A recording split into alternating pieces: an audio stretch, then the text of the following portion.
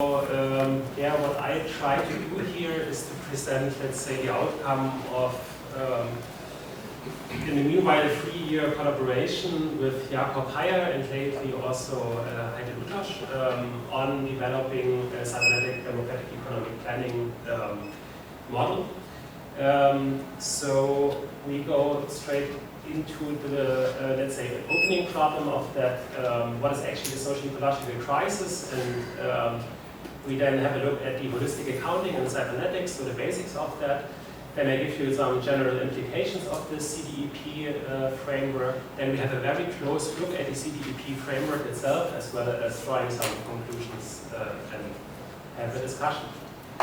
Okay, so what you can see here are the qualitative trends of the development of the production of commodities and goods here measured in GDP, ecological impact, resource use, and the degree of the fulfillment of societal needs. And what you see is an exponential growth of the first three, however, only a linear one by the last one. The last one is measured in Human Development Index. So what you can see basically is the hierarchy between use value and exchange value. So capitalism is about exchange value and not about use value. So what does a social ecological transformation need to do in the future?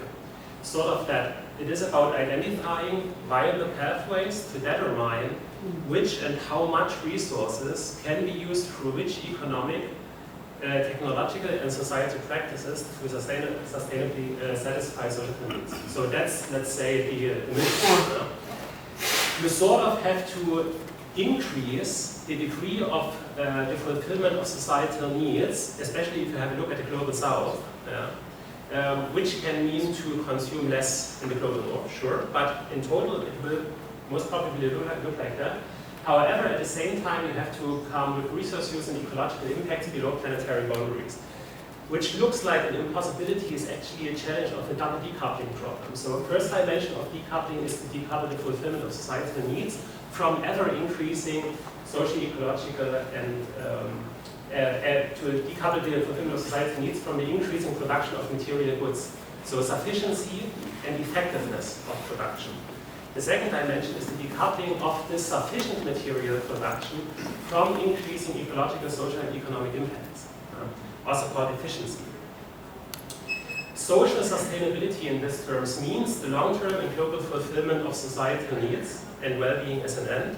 Economic sustainability is to have technologies and economic infrastructures which are so efficient, effective, and just that they actually enable us to achieve social sustainability within ecological sustainability.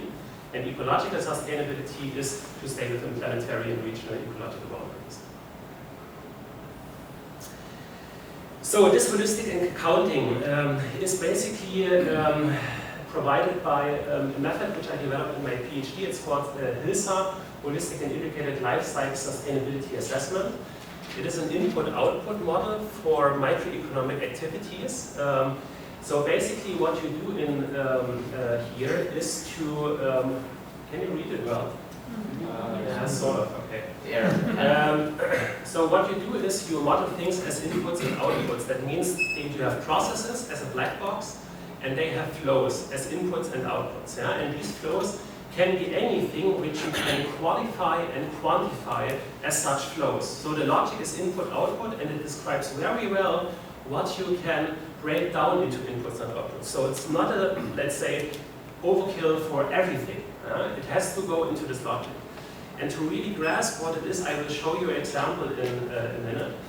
And what you can balance here is the socio-economic inputs, the material and energy flow throughputs, as well as the socio-ecological and economic impacts. What we have here is a data and software-based input and output modeling, which actually at the moment has about 25,000 in the newest version. I just checked, we got a database 2 weeks ago, about 28,000 economic processes worldwide. So we have currently over 100 qualitative and quantitative indicators. And this is not only a tool for measuring things, it's also a tool for economic networking. And I show you what I mean now. So I prepared something. This is the software. The software has databases here, and for example, what we get from the database is processes. So this is actually a breakdown of the economy. For example, have a look at agriculture, crop animal production, growing of non-perennial crops, growing of cereals, yeah, and then you get barley production in Canada, Quebec, Germany, Spain, France, rest of the world. That's like a global average of the non-industrialized countries, cashew production, whatever. Yeah? So, and I just prepared something which I call a basket of products. So a basket of products has as an output a basket of product, which is the yearly consumption of one person in Germany, yeah? Roughly. Yeah? So what do we need? We need apples, bread, coffee, computers, iceberg lettuce, rain oil, so whatever, and you can have the quantities here. So and every of these, let's say, input flows has a specific provider. So for example, let's have a look at a graph of this system. So here you can see the basket of products, and we may go into, I assume little, yeah. So we may go into the market for transport. So this is actually transportation. So the transportation passenger car. What do we need for the transportation for passenger cars? So we have different passenger cars which can do this transportation, and we just have a look at one. So for example here, that's transportation passenger car, what exactly? Large size vehicle with petrol driven Euro 5 emission standard. So the output is 1 kilometer of going with this car, and the input is road maintenance, the road itself, the petrol, the passenger car production, and so on and so forth. So let's have a look at the passenger car production. Passenger car petrol. So passenger car, what do we need? So this is the production process, the internal combustion engine, for example. Let's have a look at the internal combustion engine, and you can see what actually is happening here. So we now have here the production of internal combustion engine with net, lubricating oil, and so on and so forth. And this tree of global supply chains goes on and on till the raw oil extraction or the raw iron ore mining. So this is, let's say, the power of LCA to have these huge databases of economic networking. So the results then can be, okay, let's have a look, for example, at one of the 100 impact categories here is climate change. So what's now doing is it's taking up all the flows contributing to climate change and aggregating them. So we see that this consumption basket results in the emission of around about 8 tons of CO2. So the actual number by the German Environmental Ministry is 10 tons. So even this very rough thing I just did yesterday comes quite close, but it's not a real one at the moment. So, and we see it's the market for transport here. Our passenger car actually contributes like 60% to the greenhouse gas emissions per year. Then after that, market for meat and so on. So, and you can break it down. So where is it coming from in the market for transportation? Yeah, mainly it's the passenger car itself and so on and so forth. We can break it down, but the also interesting thing is all of these processes and flows have geolocations. And you can illustrate now where the emissions actually take place for this consumption basket in Germany. So where you see, okay, mainly it's Germany, but it's also China, Russia, because of resource extraction and so on and so forth. So this is, let's say, the tool behind that. And I just want to make you believe there is such a tool which allows such an insane service of accounting. Yeah? You can also account social flows. That means the working time, but you can also account the qualitative aspects of work. How hard it is, the accidents which are fatal, non-fatal, gender wage gap, whatever. So everything which can be sort of imaginized in this input-output logic is, you can sort of implement. Okay, so cybernetics then is the control of complex systems by primary a democratic parametric control of the framework. So it's not about, let's say, the discussion of all these tiny little pretty elements, but it's about a discussion, the democratic discussion about the framework and the parameters which actually control these complex systems. And this should be done by a multi-level iterative coordination process which allows organizations and individuals to act quite autonomously and free on their, let's say, daily business or in their daily life. So what we need here is a differentiated and multidimensional, but yet complexity-reducing system of parameters for accounting and budgeting. And this is, let's say, what we provide as the tool for a democratic societal deliberation of this economic plan. So the general implications, we differentiate between three scales. There is a level of central planning and control, a level of holistic overall accounting, and a level of decentral parametric allocation and reproduction. And the last one is the most important. And we try to keep the first ones as small as possible. You can also imagine the principles like that. So the end of all that is to create as much freedom and disposable time as possible, to care about us and our relatives and our friends and whatever as good as we can, then to have a production of goods which provides this, which contributes to this end, but everything within planetary and socio-ecological boundaries. So the following concept is not the vanishing point of a communist utopia or so. It's an intermediate approach for the socio-ecological transformation. And on the first level, these macro plans are a result of social deliberation and scientific analysis, and it's more there to discuss and negotiate the development direction, investments, proportions, parameters. On the level of decentral parametric allocation, it is really to provide a mechanism which allows a relatively autonomous, free and self-determined activity for individuals but also organizations. And this should be achieved by the accounting of tokens. Tokens are non-circulating units of account that reflect information, for example, on holistic cost, scarcity, the utility of products and services. And these tokens are stored and transferred on virtual accounts. But organizational budgets of such accounts cannot be accumulated or transferred to individual ones. So there's no capital accumulation in some sort. It's also, and this is like, there are central arguments here why this is not not like money. So it basically comes back to the argument of the token theater ticket and the wallet. So and also individual budgets cannot be transferred to other. So there is some sort of mechanism to, let's say, avoid specific power relation issues. So, how to now break down budgets? There are planetary and regional ecological as well as societal boundaries. So, and what you can do is you can downscale and allocate them to actual per capita per year budgets. I don't want to go too much into detail, but here you have the literature from the Earth System Sciences.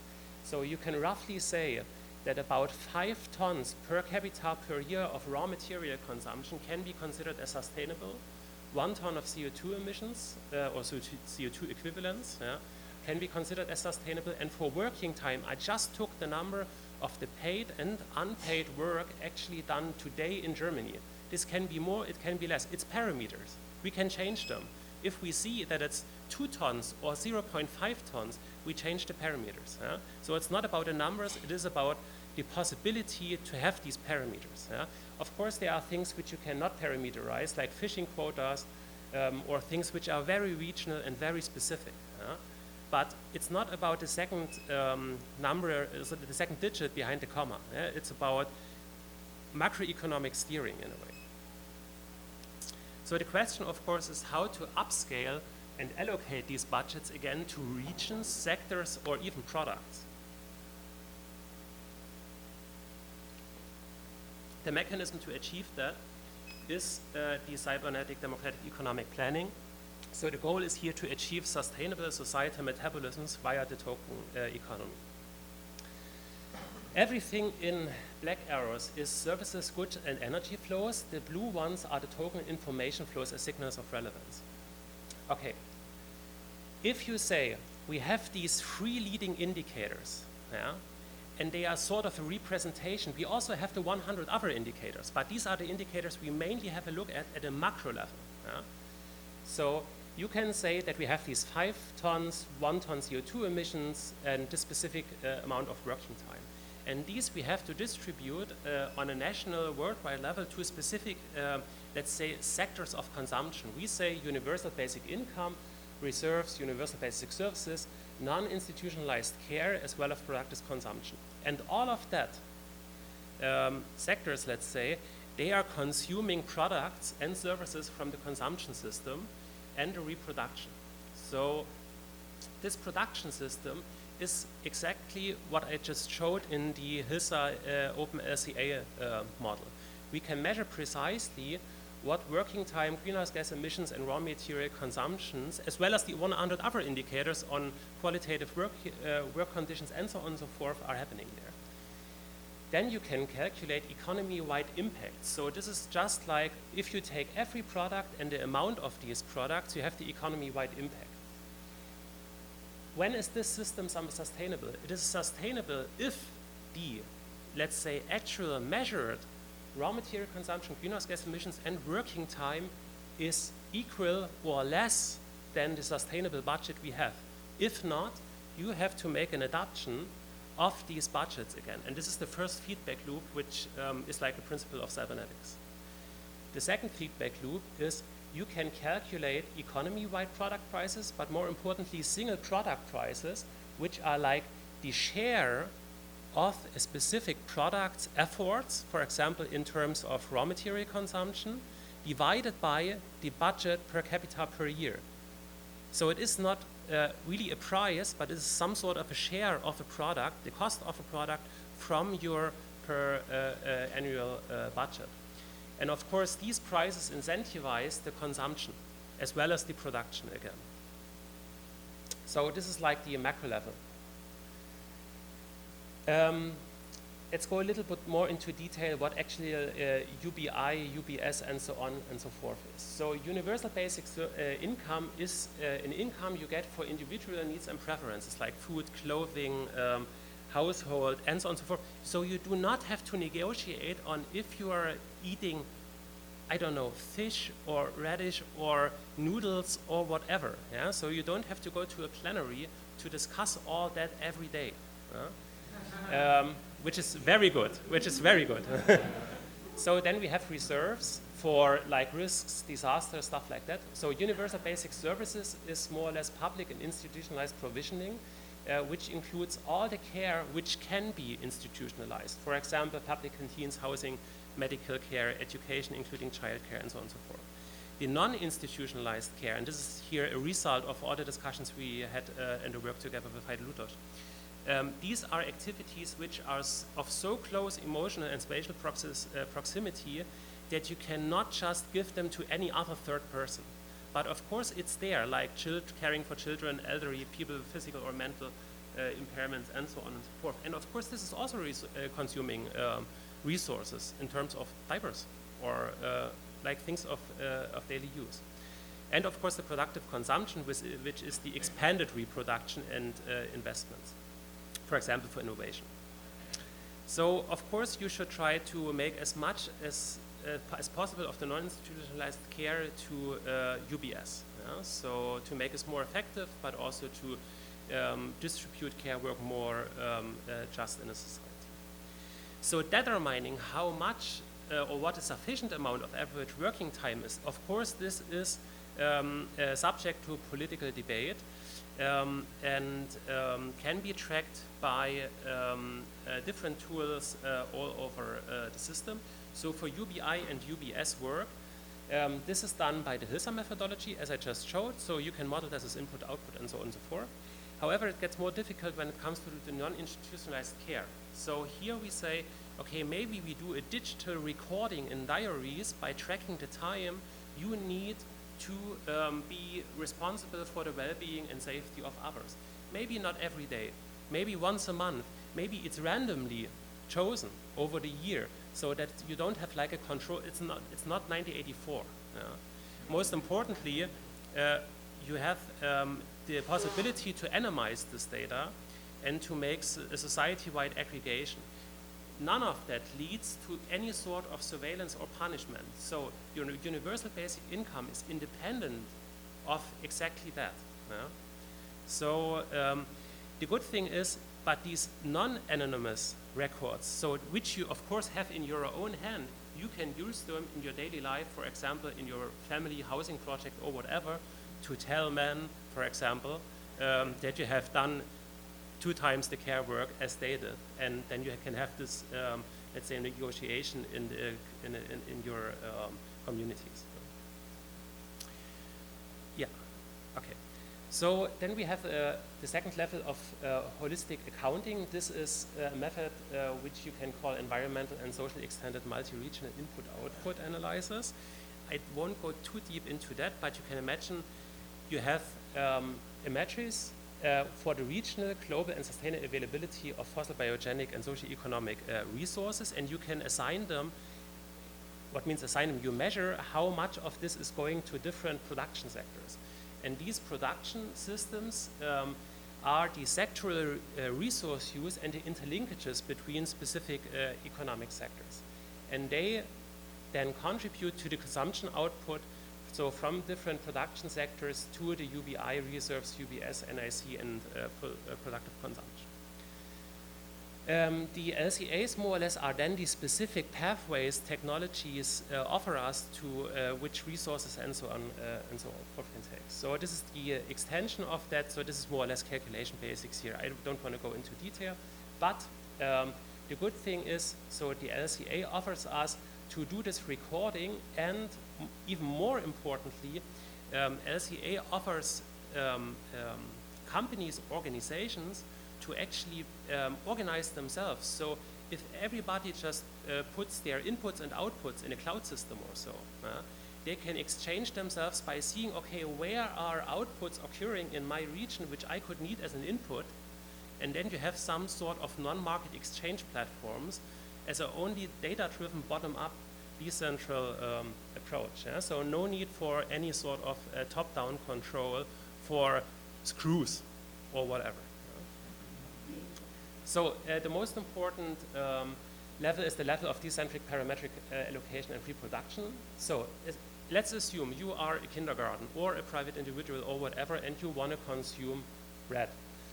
Then you have to take this bread mainly from a bakery, and this bakery again has to get wheat from a farm and machines from a factory.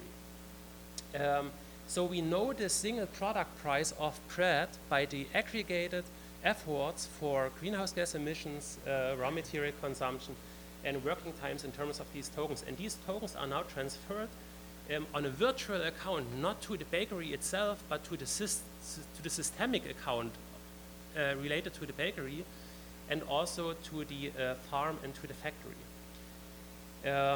So by that you cover the simple reproduction or OPEX cycle. What's happening here on a micro level is that these tokens are, let's say, they deliver something like a good token, good principle in this economy.